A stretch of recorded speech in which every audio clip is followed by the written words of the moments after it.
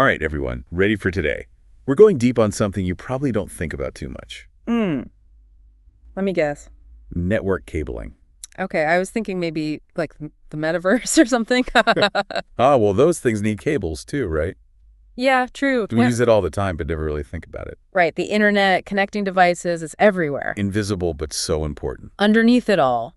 So, to be our guide today, we have the CompTIA Network plus Guide to Networks. By Jill West. Excellent source for all things networking. It's actually used to prepare for a popular networking certification exam. So we'll be learning stuff you can actually use. Definitely. By the end of this deep dive, you'll be able to pick the right cable for the job, troubleshoot problems. We'll even talk about some of the newer tech coming out. Sounds good. So to start off, have you ever wondered what actually happens when you send an email?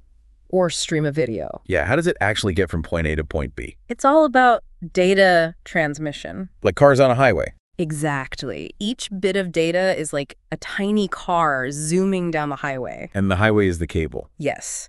And the width of that highway is your bandwidth. Okay, so the wider the highway, the more cars' data can travel at once. Precisely. But then how come sometimes my internet is slow even if I'm paying for a super fast connection? That's where throughput comes in. Oh. Bandwidth is the theoretical speed limit, but throughput is how much data actually gets through. So like even on a wide highway, you can have traffic jams. Exactly. All sorts of things can cause bottlenecks and slow things down.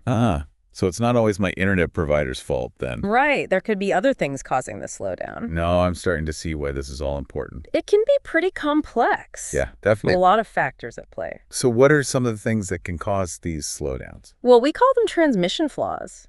Transmission flaws, okay. Like noise, attenuation, latency, and jitter. Whoa. Okay, let's take those one by one. Sure. Noise, I'm guessing that's like interference. Siri? Like static on a radio. Exactly. It's anything that disrupts the signal makes it hard for the data to get through.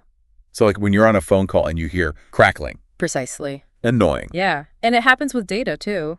Really? What causes that? All kinds of things. Right. Motors, fluorescent lights, even your microwave can generate electromagnetic interference. Really? My microwave? Yeah, it can disrupt the signals. Wow, I had no idea. It's all around us. Okay, so noise is basically interference. Right. What about attenuation? What's that? It means the signal weakens as it travels. Oh, okay. Like when you shout to someone across a field, the farther away they are, the harder it is to hear. Yeah, makes sense. Same thing happens with data. So the longer the cable, the weaker the signal. Yeah. Is that why sometimes we need those little boxes that boost the signal? Yes, those are called repeaters. Repeaters, okay. They amplify the signal so it can travel farther. Got it. Okay, so Yeah. we've got noise messing up the signal and attenuation weakening it over distance. Right. What were those other two you mentioned? Latency and jitter. Latency. Is that like lag? Yeah, it's the delay between sending and receiving data. So like when I'm on a video call and the picture freezes, That could be latency or it could be jitter. what's the difference? Latency is a fixed delay. Jitter is when the delay vary. Oh, okay, I see. Jitter is like when the video stutters or the audio cuts out. Super annoying. Yeah, it can make real-time applications difficult. Okay, so noise, attenuation, latency, and jitter, all things that can mess up our internet experience. Pretty much. It's amazing it works as well as it does with all these potential problems. Right. It's a testament to the engineering behind it. Okay, so we know the problems, but I guess the next question is, How to fix them. yeah, and how to prevent them in the first place.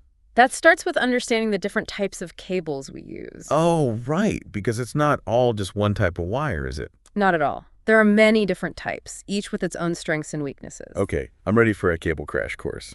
Let's start with a bit of history. All right, take us back to the early days of networking. Back then, coaxial cable, or coax, was the king. Coax, like the cable TV cord. Exactly. It has a single copper core surrounded by insulation and a braided shield. To protect it from interference. Exactly. So it's pretty sturdy. Yeah, it's still used today for things like cable TV and internet. Wow, so coax is like the OG network cable. You could say that.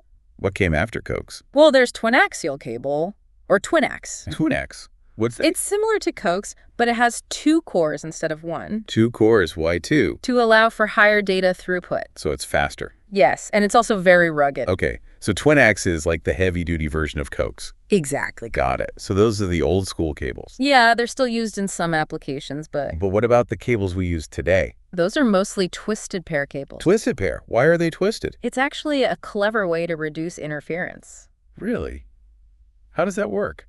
When two wires run parallel to each other, they act like antennas picking up noise. Ah, I see. But by twisting them together, those signals cancel each other out. Wow, that's smart. So the twists help keep the signal clean. Okay, and there are different types of twisted pair cables, right? Yes, the two main types are shielded twisted pair, or STP, and unshielded twisted pair, or UTP. Shielded and unshielded. What's the difference? STP has an extra layer of shielding around each pair of wires. To block out more interference. Precisely. Okay, so STP is like the premium version of twisted pair.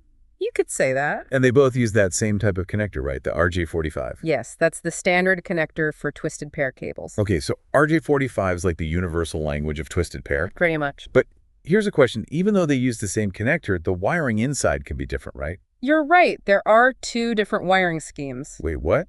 Two different wiring schemes. But they look the same from the outside. Yep, they're called TIA-EIA 560A and 568B. So you have to make sure both ends of the cable are wired the same way. Exactly. Otherwise, it won't work. Okay, this is getting complicated. It can be, but once you understand the basics, it's not too bad. Okay, so we've got coax, twinax, and twisted pair. Right. Those are the main types of copper cables. But what about fiber optics? Ah, yes, fiber optic. That's like the superhighway of data transmission, right? Absolutely. It's incredibly fast and efficient. How does it work? It uses pulses of light to transmit data. Light. Wow. Yeah, it travels through thin glass or plastic fibers. So it's not using electricity like the copper cables. Right, it's using light. Amazing. So that's why it's so fast. Yes, light travels much faster than electricity. And it's not affected by interference. Right.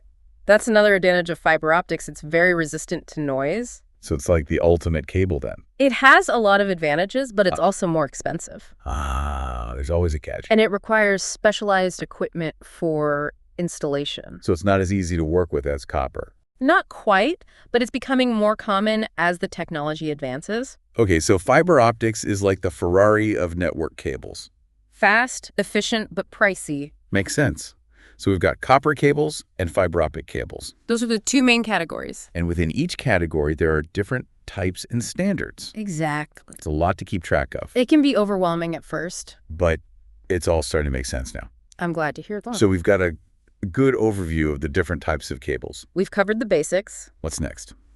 Well, next we'll delve a bit deeper into Ethernet standards. Oh, okay, Ethernet standards. Those are like the rules of the road for data transmission. Okay, I'm ready to learn the rules. Great, let's dive in. Ethernet standards, okay? Sounds important, Yeah, very important. but honestly, not sure I really understand what they are. Well, think of them like rules for data transmission. Rules of the road, kinda. Exactly, they make sure everything runs smoothly. So like speed limits and lane markings and stuff? Yeah, kind of like that. Okay, but for data instead of cars. Right. So different standards mean different speeds. Yeah, and different cable types, different distances they can cover, all sorts of things. So where do we start with all these standards? Well, way back when, we had 10 base T. 10 base T. What's that? It was one of the first Ethernet standards. Okay. It allowed for speeds up to 10 megabits per second. 10 megabits. That's like nothing these days. Uh-huh. Yeah, it seems slow now, but it was a big deal back then. I guess so. Things have changed a lot. Oh, yeah, for sure. So what came after 10 base T? 100 base TX, also known as fast Ethernet. Fast Ethernet. Okay. That bumped the speed up to 100 megabits per second. Okay, getting faster. And then came gigabit Ethernet, or the 1000 base T. Gigabit Ethernet. I've heard of that one. That's 1,000 megabits per second, or 1 gigabit. Whoa, that's a lot faster. Yeah, it was a big leap forward. And that's what we mostly use today. Yeah, gigabit Ethernet is pretty standard now. But it doesn't stop there, does it? Nope.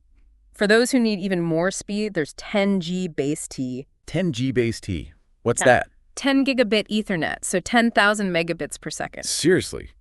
10 gigabits? That's crazy fast. It is, but you need special cables to handle that kind of speed. Oh, right. The cables have to keep up with the standards. Exactly. And then there's even 40G base OT. 40 gigabits per second. Is that even real? Haha, it is. It's the latest and greatest. Wow, technology just keeps getting faster and faster. It's amazing, right? So we've got all these standards for copper cables. Right. What about fiber optics? Fiber optics has its own set of standards, too. Oh, okay. For example, there's 1000 base SX, which is a gigabit Ethernet standard for fiber. Gigabit Ethernet on fiber. Yep. And it uses short wavelengths of light. Short wavelengths. Yeah, around 850 nanometers. Okay, and why short wavelengths? They're better for shorter distances. Makes sense. And then there's 1000 base LX. Another gigabit Ethernet standard for fiber. Yes, but it uses longer wavelengths, Like how long? around 1300 nanometers. Okay, and those are good for For longer distances.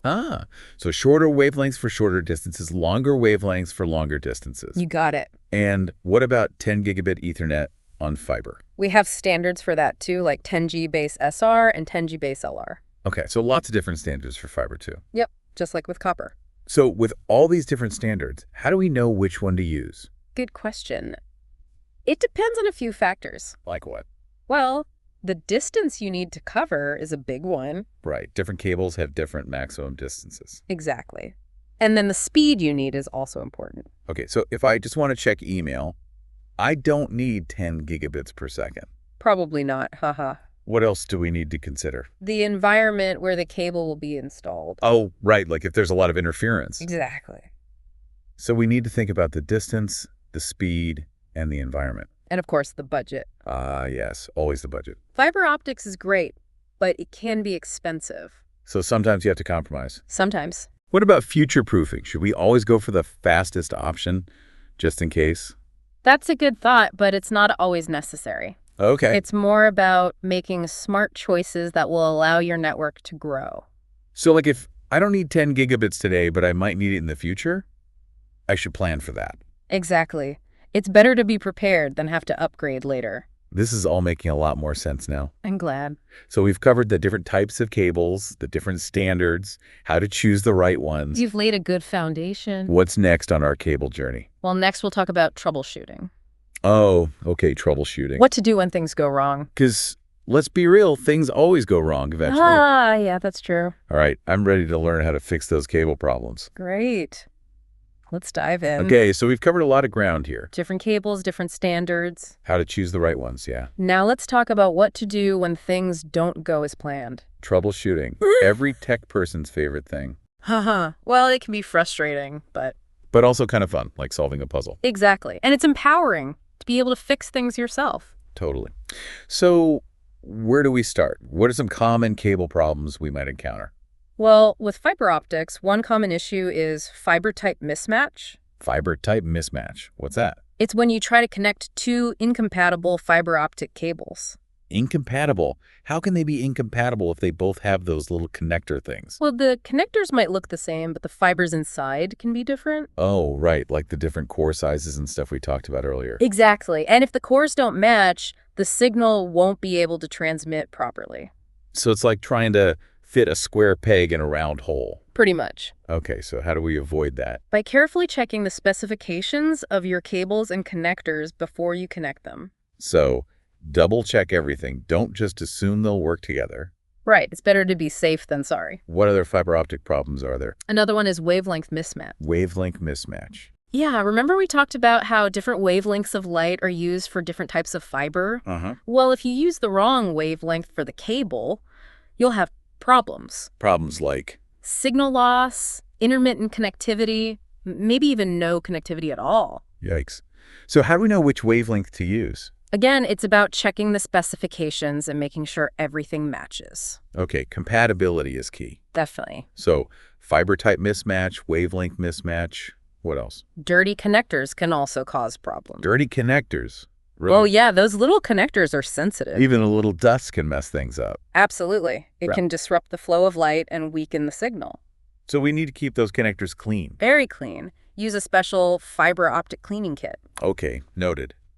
What if the connectors are clean, the cables are compatible, but the signal is still weak? That could be due to link loss. Link loss. It's the degradation of signal strength over distance. So the farther the signal travels, the weaker it gets. Right. Is there any way to prevent that? Well, you can use higher quality cables, minimize the number of connectors, things like that. Okay, so it's all about optimizing the signal path. Exactly. Got it. So with all these potential problems, how do we actually troubleshoot them? Like, how do we know what's wrong? Well, one of the most important tools is a cable tester. A Cable tester, what's that? It's a device that checks the continuity of the cable. Continuity. It means making sure the signal can travel from one end to the other without any breaks. So it can tell you if there is a short circuit, an open circuit, or any other fault. So it's like a diagnostic tool for cables. Exactly. And for fiber optics, there's a more advanced tool called an OTDR. OTDR? What's that stand for? Optical Time Domain Reflectometer. Okay, that's a mouthful. It What does is. it do?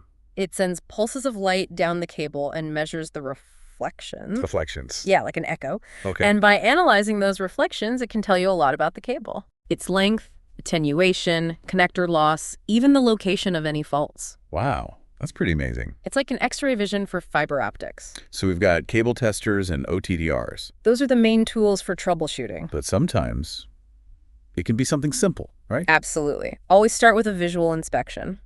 Just look at the cable. Yeah, look for any obvious damage like cuts, kinks, or loose connectors. Ah, right. Sometimes the solution is staring us right in the face. Exactly. Good old-fashioned detective work. It can go a long way. This has been a great deep dive into the world of network cabling. I agree. Learned so much about the different types of cables, the standards, the troubleshooting techniques. It's a lot to take in, but it's all important. It is. Now I can impress my friends with my cable knowledge. I used to just plug things in and hope for the best. Well, now you know what's actually happening behind the scenes. Yeah, I feel like I have a much better understanding of how it all works. That's what we were hoping for. So, what's next for the world of network cabling? Well, the speeds are only going to get faster. Faster. How much faster can it get? We're already talking about things like 100 gigabit Ethernet, even 400 gigabit Ethernet. Wow. And what about new types of cables? There's always research going on, new materials, new designs. So the future of cabling is bright. Definitely. Exciting times. It is. Well, thanks for joining us on this deep dive into network cabling. It was my pleasure. I hope everyone listening learned as much as I did. Me too. And remember, if you encounter any cable problems, don't panic. Use the knowledge you've gained today to troubleshoot the issue. And if all else fails, call an expert. Good advice. Until next time, happy cabling.